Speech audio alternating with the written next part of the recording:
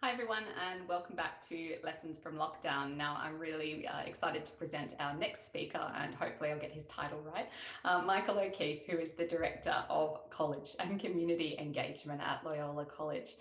Michael's going to be sharing some of his lessons from lockdown with us today, particularly as part of the Catholic education system. So over to you, Michael. Thank you so much for being here.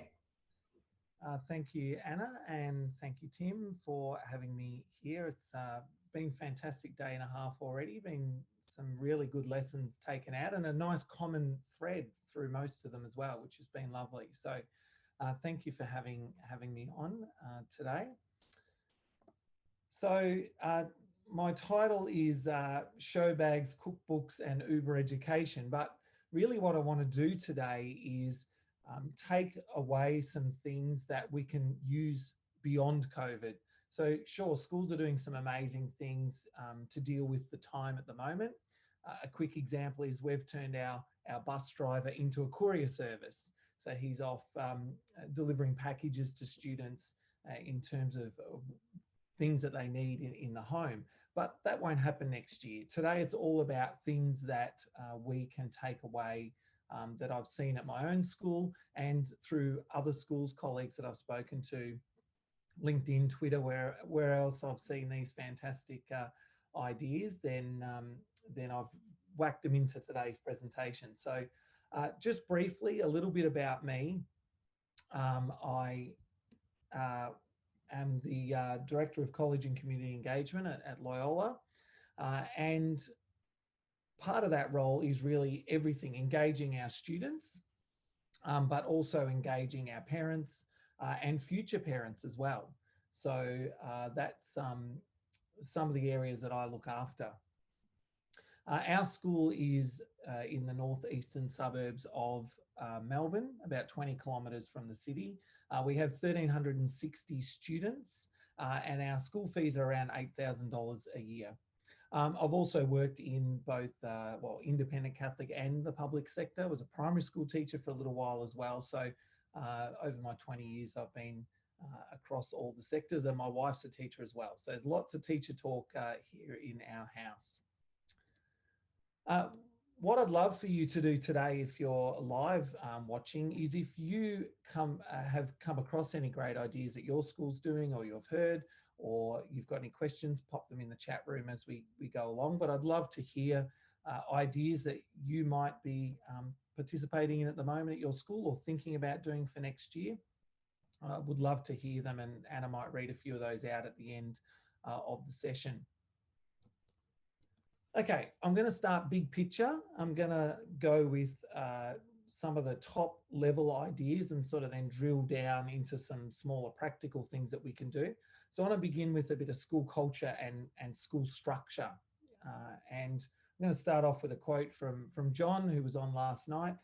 This is from an article that he wrote after the first lockdown here in Australia. And I think it really does encapsulate what we've been talking about the last day and a half, that one of the things that this has done is it's equipped our students to be better prepared for their classes, for the workforce in future years.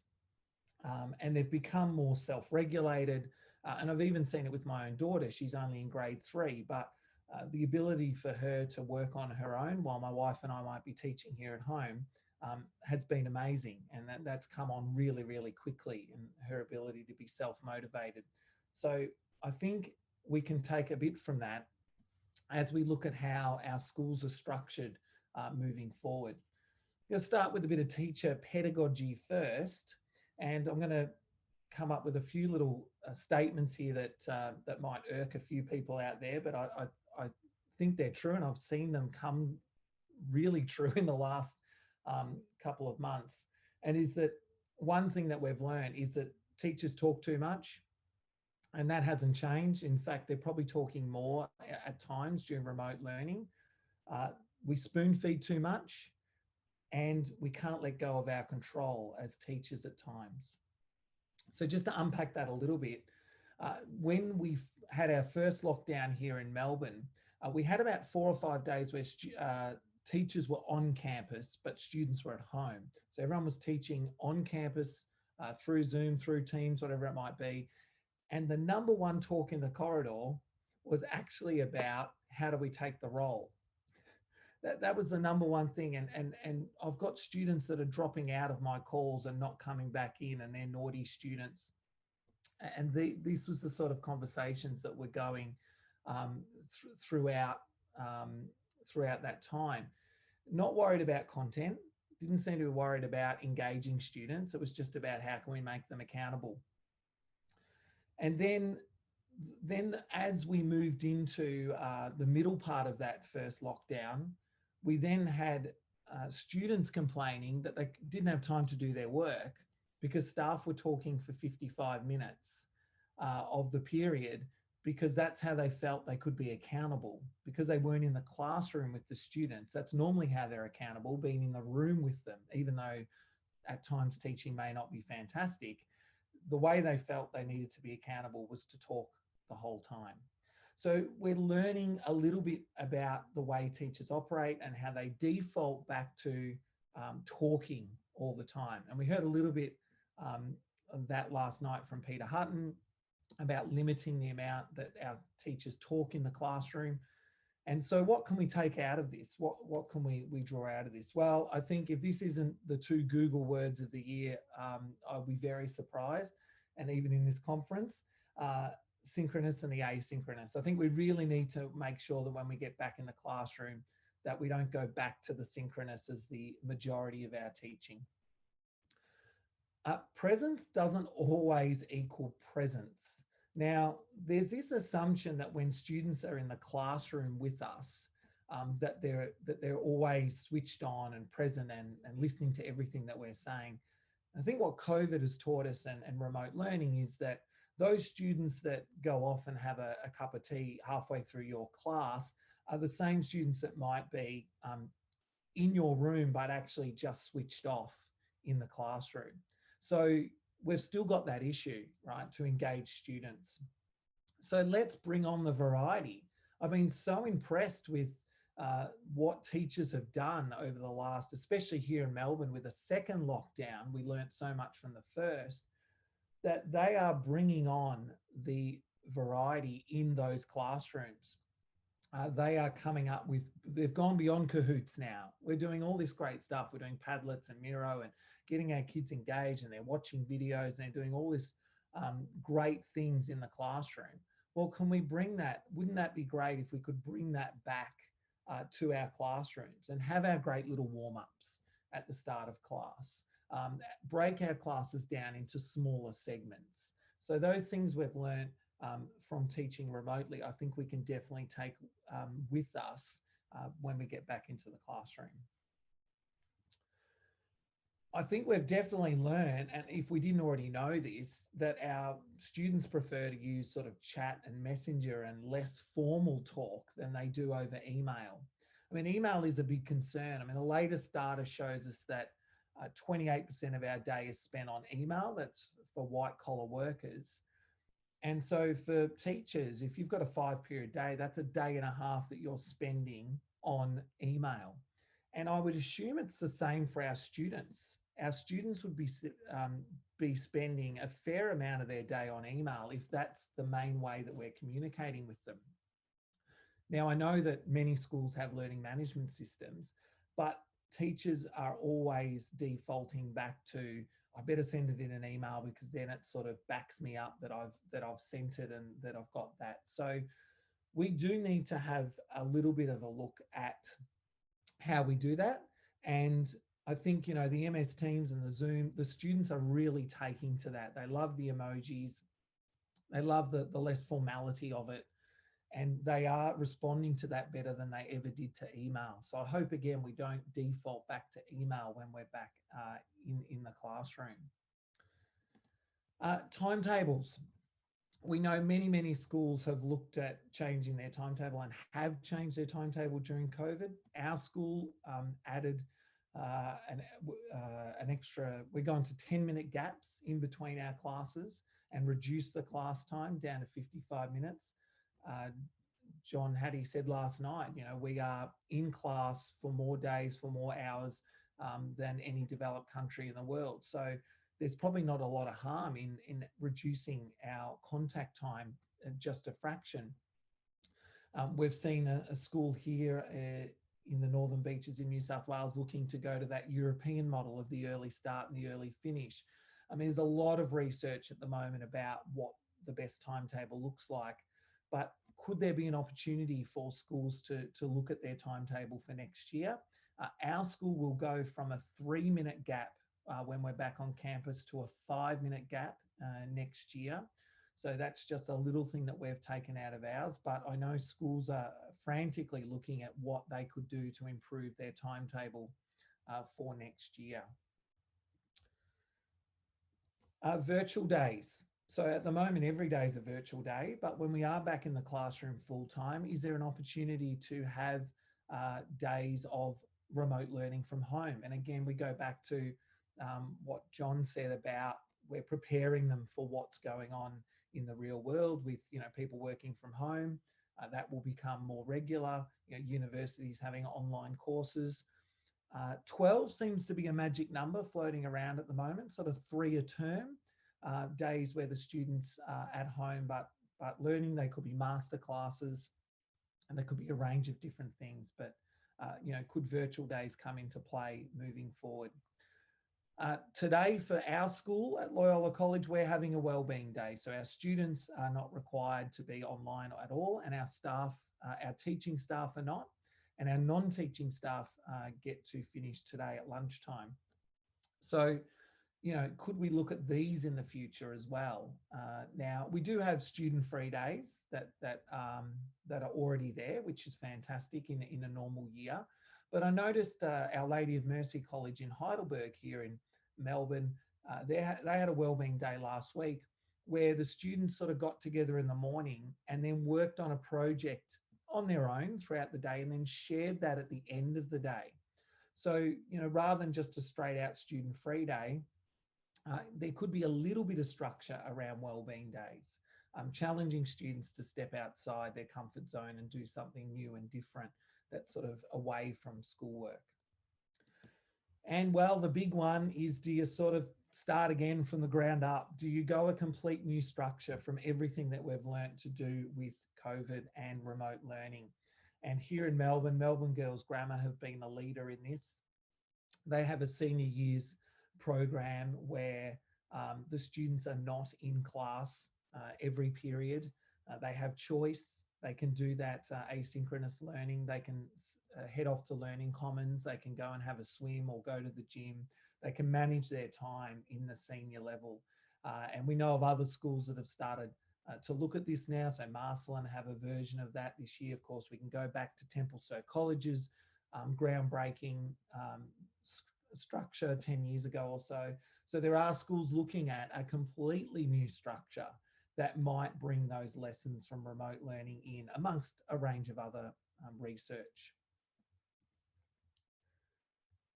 So let's talk a bit now about our communication. And this is sort of the area that I work in a lot in my role, is about engaging our community. And let's talk about virtual assemblies, which, you know, the majority of schools have moved to. And who would have known that a virtual assembly would engage students more? Rather than having 1,500 people in a hall, which is what we do at our school, you know, so the 1,500th student is over a basketball court away from the stage. And although we do have a big screen, it still can be difficult to engage with that from the back row. So these virtual assemblies, we know are engaging students much more. At our school, when we were on campus with students but couldn't have them in a large hall, we would project that assembly into their homeroom. So there's a 1-on-20 situation there, one teacher to 20 students. And the feedback was that for the first time ever, students looked like they were actually listening and engaging with the content on the screen. And then while our students have been at home, we've been sending our virtual assemblies home, and we're getting about an 80% watch rate, you know, which is quite amazing, that 80% of students without anyone over their shoulder are actually watching these assemblies. You can go with live or pre-record, benefits to both. The pre-recorded is what we've sort of defaulted to. We did have a go at a live one. And the reason being is that you can actually showcase more students. You can showcase students' work a lot easily, especially if it's a non-performing work. You can show photos, you can have overlays. And in fact, I've got a short example for you now. So I'm hoping it works okay. I think it's our first video for the conference, but just a short snippet of a virtual assembly that we did at the end of term 2. Good morning, Mr. Favren, staff, students and special guests. Welcome to our final term 2 assembly. My name is Joshua Pariso and I'm the Mannix co-captain. Senior level, do some homework and study so that when you come back in the second half of this year, you're ready for... McKillop with Flynn, Macaulay with Saviour and Mannix with Chisholm. 7, senior prep. For the girl that I knew would be reckless just enough to get hurt. Okay, so just a little snippet there of an assembly. And the thing is, you can pack so much more into it because you don't have to speak in between items. You can have little overlays. You might have seen a little graphic there saying up next sports captains. So there's lots more options for you. And so we are certainly at our school looking towards maybe some of our shorter assemblies that are normally half an hour to try to get them into a sort of 20-minute time slot virtually rather than bringing 1,500 people over to a hall. Your parents can watch. That's the great thing, whether you stream it live or they can watch it that night. And we've had great feedback on that with our virtual assemblies this year. And as I mentioned, there's a lot less transition time, so you can fit a lot more into your assembly. Let's move to evening events. And again, schools have had to move many of these to an online format, and the success has been huge on this. So let's begin with the big one. And in fact, we have ours tonight, or our next lot tonight, and that is parent-teacher interviews. And already the very early research is out that they are much more efficient online. Haileybury, we've had a few Haileybury guests with us. Derek Scott was on this morning and he spoke about their success, and they've been very vocal online about their success with that. And we've had the same. Our first session of parent-teacher interviews were about 6 or 8 weeks ago, and we had increased people making bookings, parents making bookings. Students spoke more at these than they do normally in a big hall where it's really loud, or even in a classroom. They seem to be a little bit shy when they're sitting there next to their parents at school, but for some reason at home, maybe it's the environment that they were in, they felt much more comfortable to speak. And the other thing with it being online is that you need to leave chunks for people to speak. You can't sort of talk over the top of each other all the time. So maybe teachers are actually giving parents and students time to talk in the online version.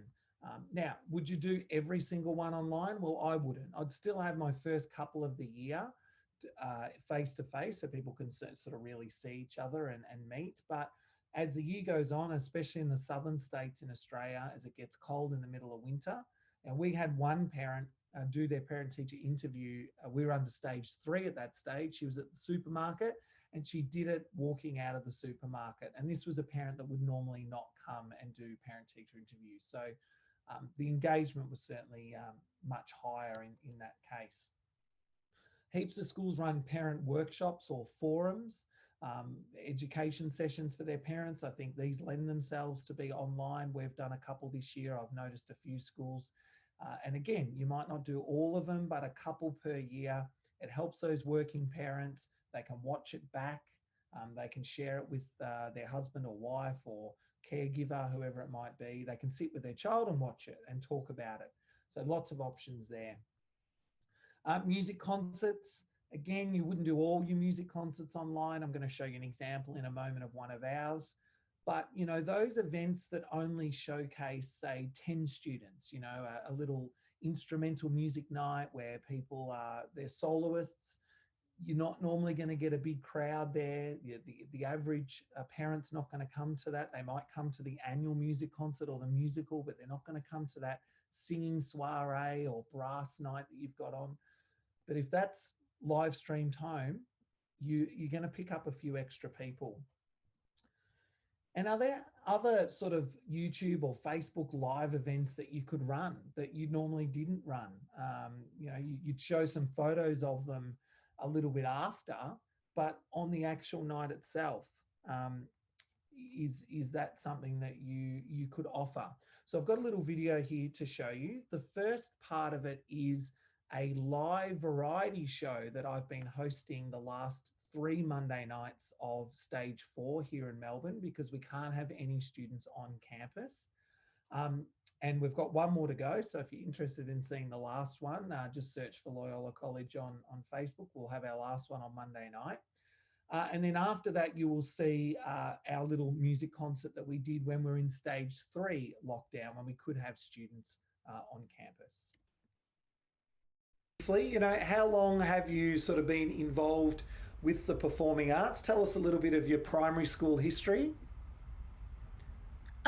So I think it was in year 2, so about 5 years ago, 5 or 6 years ago, my 2 mates, Brody and Kai. And so tell us a little bit about your time at Napoleon. Like when you look at it on sort of TV commercials and all the training stuff, it looks pretty intense. Is it a really high standard that they expect? And what were some of the things that you learnt there? Yeah, so I think, just going back to my diploma course, we learnt all the basics. And I think when I moved on to Napoleon and I actually worked in the store, I saved every letter you wrote me. From the moment I read them, I knew you were mine. You said you were mine. I thought you were mine. Yet I can't bear to sleep till I hear you sing. And weeks pass and months pass, seasons fly. Okay, so there's a little bit of those nighttime events that you could do. And in that variety hour, each week I have an alumni. So the Natalie there was talking about makeup. She's been out of the school for about 10 years now. So that's a way of engaging your alumni as well. And I guess just broader to that, and I've seen a little bit of conversation on the chat, is that there's a lot of co-curricular activities, not just performing arts, that could be done live. In fact, the Debaters Association Victoria here in Melbourne have moved to doing virtual debates, so debating online. And again, you know, when we hold our house debating sessions, grand finals after school, you know, you don't get a lot of uptake. You might only get the parents of the students who are debating. But again, if it was streamed home live at a prime time position in the night, you might pick up a few more people watching. All right, let's talk to a bit about marketing. And wow, haven't schools had to really change the way they do their marketing when, you know, the number one way schools market is getting potential families on campus and giving them a tour, and they get to meet the students and the teachers, and we haven't been able to do that. So schools have moved to the virtual tour. I've seen everything, you know, the slick, amazingly made video, right to a school that I know that essentially walked around with an iPad streaming to parents. So there's lots of options there. But I think the thing we can take out of this, of course, you're not going to turn all your tours into virtual tours, but maybe 1 or 2 a year, for those families that live out of the area, that are interstate, that are overseas, that are really busy. Could you just calendar one a semester as a virtual tour or a Q&A with the principal? I think that's something certainly we're going to look at doing moving to next year. I know schools have been mailing home or delivering showbags or prospectus or whatever it might be. Again, could this continue? You might not send the whole showbag home. They still might come on the tour to get their little showbag and find out about your school. But could we communicate with our potential families a little bit more during the time that they make an inquiry, right through the time they enroll and then turn up for day 1, whether it be prep or year 7 or whatever year level they're starting at? could we communicate with them a little bit more? And the mail, the good old mail is a nice surprise for families when they receive something in the mail from school. And look, I know some schools do this already, but many schools, and ours was one, we didn't really hand anything out until they turned up on campus.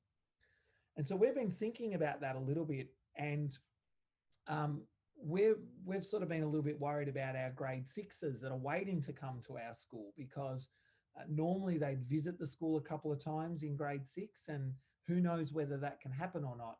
So what we did is we asked our current year 7s to send them a little bit of a message, and here is what we did.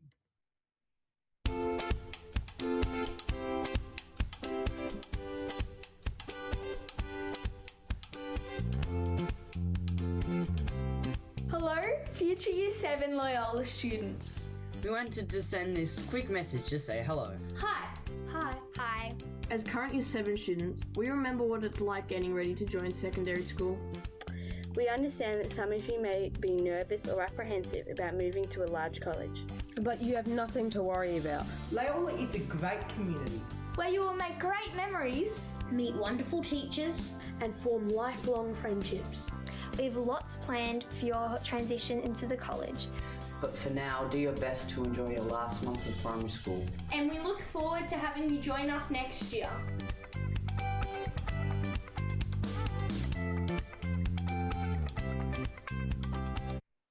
Okay, so, fairly easy to do.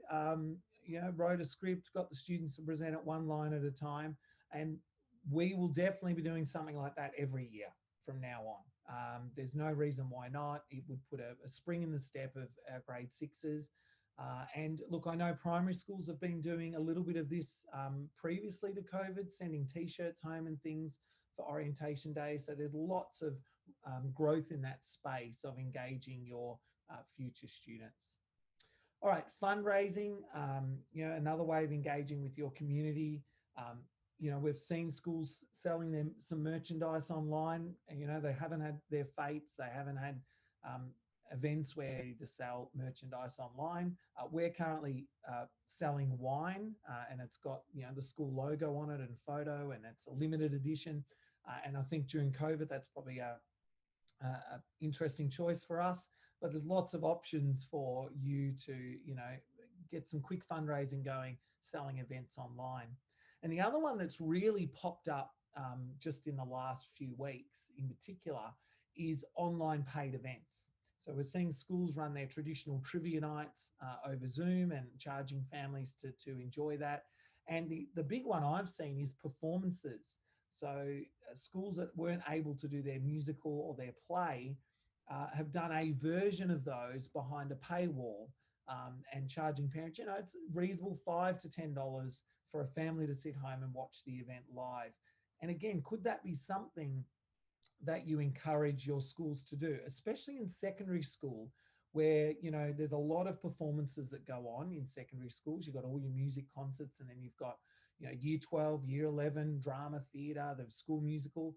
Here's an opportunity maybe for your year 9s or your year 10s, whether it be music or performing or theatre or drama or dance, to do theirs every year as, the year 10 curriculum. It's an online performance, and they could learn about the difference between performing on a stage for a live audience versus performing for a camera. So there could be some great opportunities there as well. And the final one is just a little bit about staff gratitude. I think we've heard a lot about the fantastic work that our staff have been doing in schools during COVID.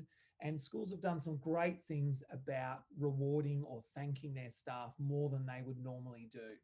I think it comes back to the small things often. I think that's really important. The days of the big morning tea to celebrate staff, they're fantastic. But if they're always regular, if they're always happening in the last Friday of every term, they can get lost a little bit. So are there opportunities to do some small things often? And we know schools have, mailed home a bar of chocolate to their staff, or a tea bag with a cup, very small gestures. But why can't we keep doing those beyond this year? Why can't we keep mailing those gifts home for staff? And for staff's families as well. We know teachers work, fairly long hours in the term and sacrifice a lot with their families. So one thing our school did was during COVID send home a little bag of goodies for any families that had children primary school age, because they knew that those parents are both teaching their child or helping teach their child at home and teaching their classes online as well. So that was really popular. But again, could there be a night where you invite families into your school for a dinner? You might already be doing this at the start of the year, sort of a thank you, or thank you for supporting your teacher person in your family. So look, that's I've rattled off a bunch of things there, and some of them your school could be doing already. Hopefully you've gained a few little ideas that you could take back to your school. But I think that the key thing is, and we've heard this over the last day and a half, is, let's be sure that we just don't go back to what we always did. Let's not default back to the normal. Let's look at some of the great things that we've learned out of COVID, whether it's be the huge big picture structure stuff. That's a big leap of faith for some schools to look at that, or right down to those little nitty gritty things of just sending your future preps or grade 6 a little letter or a little film to keep them engaged. So hopefully got a bit out of that, and pass back to you, Anna. Thank you so much, Michael, for that presentation. That was really inspiring. I want to send my kids to Loyola now after watching that. A couple of questions that you may have seen coming up on the chat in the background. And the first question there, I think, is a really interesting one in terms of some of the changes that you suggested need to happen in terms of the way that schools function, particularly around the amount of teacher talk and in less student engagement sometimes. One of the questions that came through was around involving parents in the process.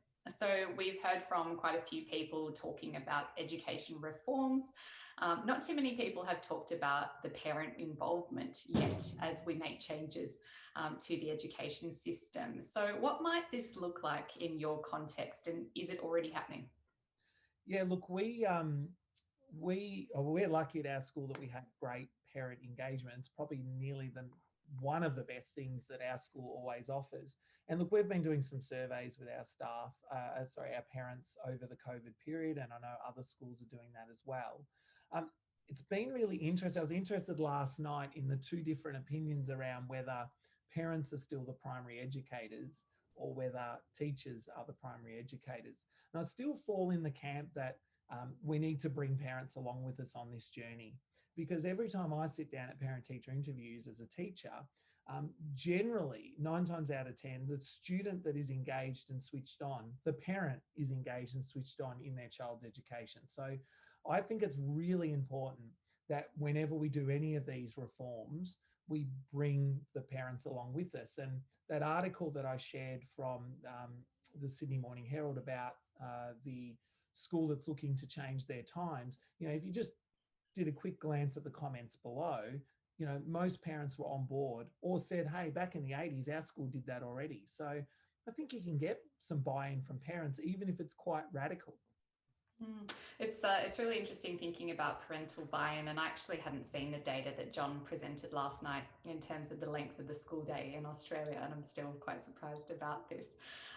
But it is interesting thinking about whose fault it is really in terms of driving the education change. Do you think that this does need to come from schools in terms of the structures, or is this an issue in terms of parental expectations? Because obviously things will change quite a bit in terms of student trajectories post-COVID.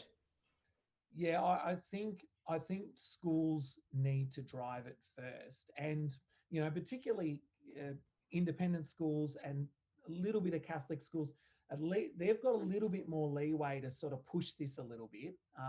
For a range of reasons, that the regulations aren't as heavy on them about number of days kids have to be at school and how many student-free days and restructuring your timetables like the state system does. But if there is a bit of drive from all sectors, I think we'll get the parents on board. But I think I don't think we can keep waiting for the government or the department to change everything for us. And we are seeing little moments, little snippets of different schools trying different things, and it'll catch on. It'll slowly move forward. But the biggest challenge is that the obsession with having students in front of us at a desk for 6 hours a day, it's for 40 weeks a year.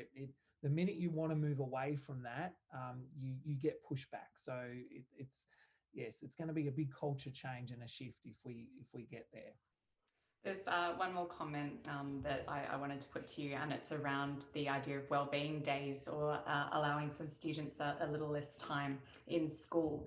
What might that look like, and how would we make sure that students who are vulnerable would actually be supported still? Because a lot of the resistance, I think, that came from the government to close schools was because of marginalised or vulnerable students and what might happen. So with things like wellbeing days or some time off for students, how might we ensure that equity is still maintained? Yeah, well, it's interesting because I think at the moment, many secondary schools would already have built into their calendar a huge range of student-free days.